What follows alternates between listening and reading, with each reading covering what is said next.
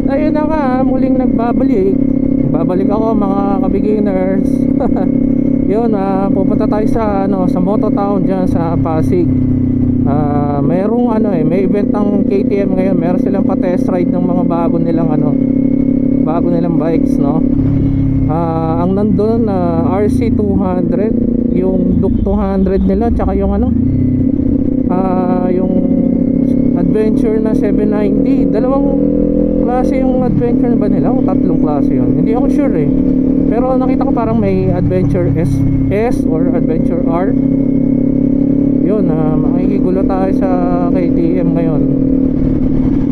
Ayun, sayang, no. Sana nabasa nyo rin yung ng KTM sa official site nila, yung KTM Philippines, para kita-kita tayo doon, no, para ma-testing nyo rin yung mga bikes nila. Yung yung RC200 tsaka yung Duke 200, pwede yan sa mga ka-beginner natin na na ayaw pa nila munang tumalon ng higher CC, no, ng 400 pataas. Gusto muna nila sa mga ganun, parang underbone at saka kumbaga parang makiramdam sila o maramdaman nila yung semi big bike ba ang datingan.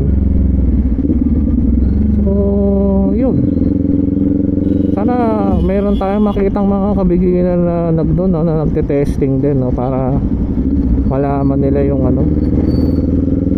yung feeling ng KTM bikes.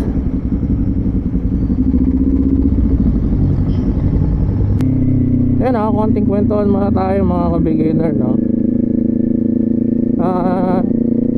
Kayo ba, ano bang mas pipiliin niyo? Halimbawa, syempre galing na kayo sa small cc na mga scooter, ganyan. Ano bang gusto nyong subukan sa susunod, or bibili ng motor? Diretso na ba kayo agad sa big bike, sa mga 400cc pataas, or dadaanan nyo muna yung mga yun nga, katulad ng yung mga Duke 200 and RC200, yung mga small cc na small bike ang tawag nila dyan, di ba? Tama ba? Underbone tsaka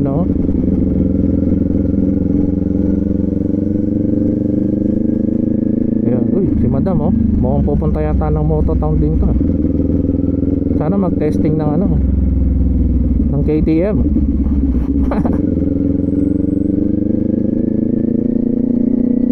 Ayun.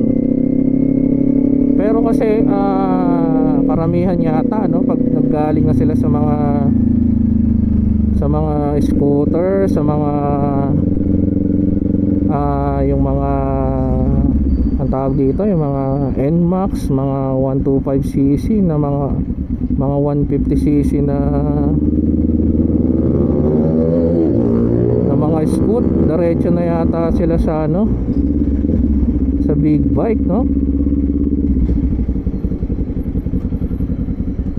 So yun nga, sa bagay kasi kung beginner big bike naman yung bibili ninyo, di ba? Yung mga tulad ng mga beginner 400cc, mga Ninja 400, yan, mga ito tulad ng gamit ko, C400. Maraming choices na para umangat ka na ng beginner big bikes, diba? Yeah, marami tayong brand ngayon, maraming mga brand ng ng mga big bikes ngayon lalo na yung mga China. Sobrang dami ng China brands. Ano bang mga China brands? CF Moto, yung Benelli, yung tawag dito, QJ Motors, yan. Tapos yung ano pa ba, o mga China. Vogue, yung Vogue, China yun, di ba? Tapos meron pa isa yung ano, tawag dito, ano ba? Wala, nakakalimutan ko yung mga ibang brand ng China. Ano ba sabi ko? Benelli, QJ, CF Moto, Vogue. Pero pa isa nasa dulo ng dila ako. Hindi ko maalala. Tsaka yan yung mga ano, mga Indian ano, di ba? Yan katulad nga niya, yung KTM, yung Royal Enfield, yan. Mga nag-offer sila ng ano, ng mga hindi masyadong masakit sa bulsa na mga may beginner bikes din sila, pero more on ano sila, more on parang touring ganyan, scrambler, yung mga classic, mga ganyan. So now si CF Moto lang ang ano, ang talagang grabe sumabay, no? Kasi grabe talaga siya maglabas ng ano, ng mga ano niya, mga unit, mga bikes niya, no? Yung mga NK450, di ba? Tapos kakalabas lang ngayon ni ano, 450 ano, MT, yan. Tsaka ano, budget bike siya. Tsaka katulad nito, yan, si KTM, yan, isa sa mga budget bikes na ano, na pwedeng yung bilhin, diba? Bukod sa ano, sa Suzuki, Kawasaki, Yamaha, tsaka Honda. Yun nga, no? Maraming ano, mga choices na para magka big bike.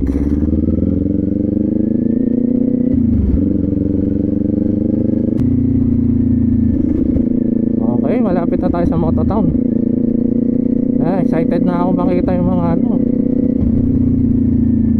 bagong KTM. Siyempre excited na rin ako ipakita sa inyo yung ano nila, mga bikes nila, no?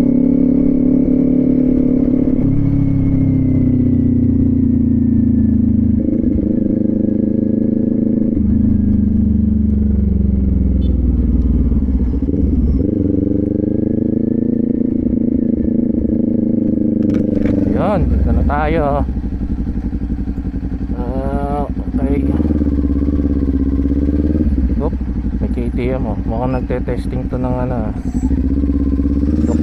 Duk 200, at saka 790.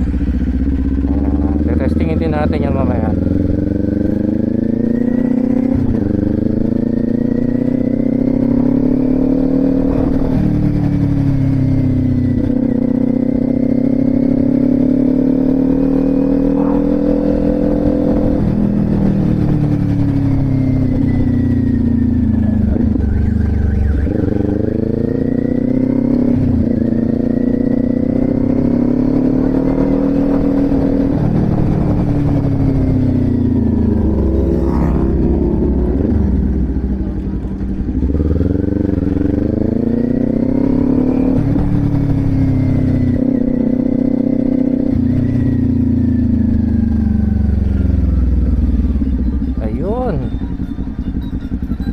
Tayo sa KTM.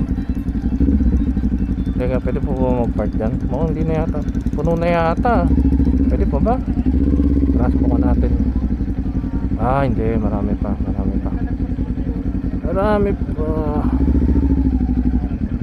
Okay, ang daming tao. Wala tayong masyadong kilala ngayon kasi wala tayong kasama eh.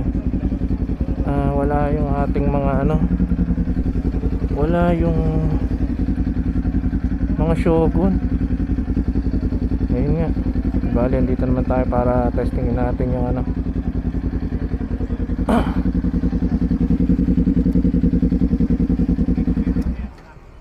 Yun, nandito na tayo. Ito, KTM. Yan ang pinata-test ride nila. Yan, Adventure. Adventure R.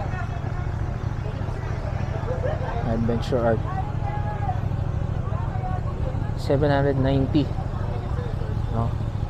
Tapos ito, adventure din to. Ba to? Kaya tayong adventure ba to? S adventure. Yan. And then the Duke 200. Ito mga ka-beginner yan. Yan, yung mga gustong mag talon ng ano, no? Big bike na 200cc galing sa scooter, pwede to sa inyo. Yan. Ma'am, paano mag-test? You need to sign here. Then you'll sign a waiver. And then you're gonna take an assessment with Ride Academy over there. Oh? Yeah, you have it's expensive bikes. You have to do that. Yun, pupunta muna tayo sa Ride Academy daw. Kailangan natin munang i-assess. So magpapa-assess muna tayo. Baka daw kasi semplang natin yung baka hindi pa tayo daw marunong mag ganon. Syempre kaya makikitest lang tayo eh. Yun nga guys, hindi na ako magte-test ride, no? Kasi kailangan mo munang magpa-assess dun sa Ride Academy. Kaso ang problema, ang daming nakapila.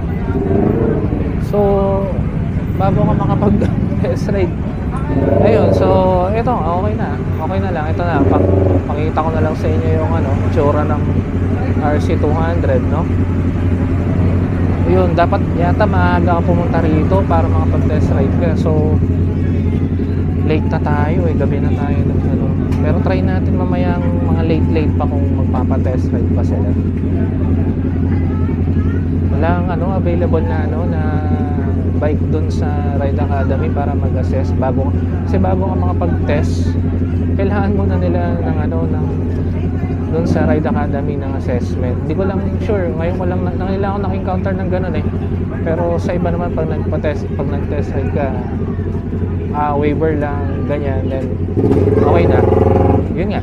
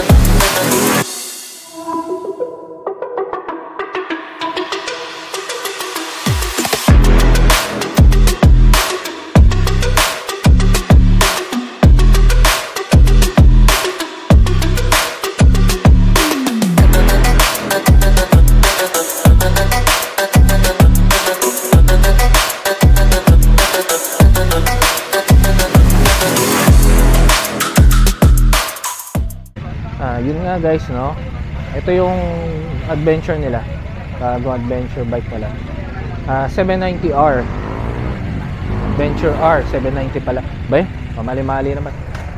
Ayun, ito yung the Duke 200 tsaka yung RC 200. Yan, para sa mga ka-beginner natin na gustong tumalon ng mga experience ng big bike pero at the same time ano pa rin siya, below 400cc pa rin, no? Yan. Ang ganda nila. Ang ganda nito sa personal. Malaki na rin siya kahit sa 200cc. Lalo na itong RC200, no? Ang ganda. Ang ganda na itsura ng RC200. Kaya ang ganda rin siguro lalo ng itsura ng RC390. Yan. Pwede nang lumabas ng expressway yun. Yan. Yan.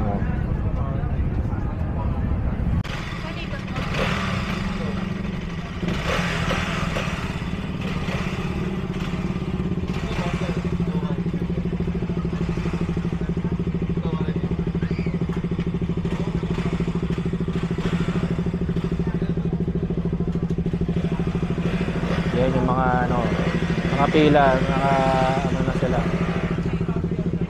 Pag-test ride na sila.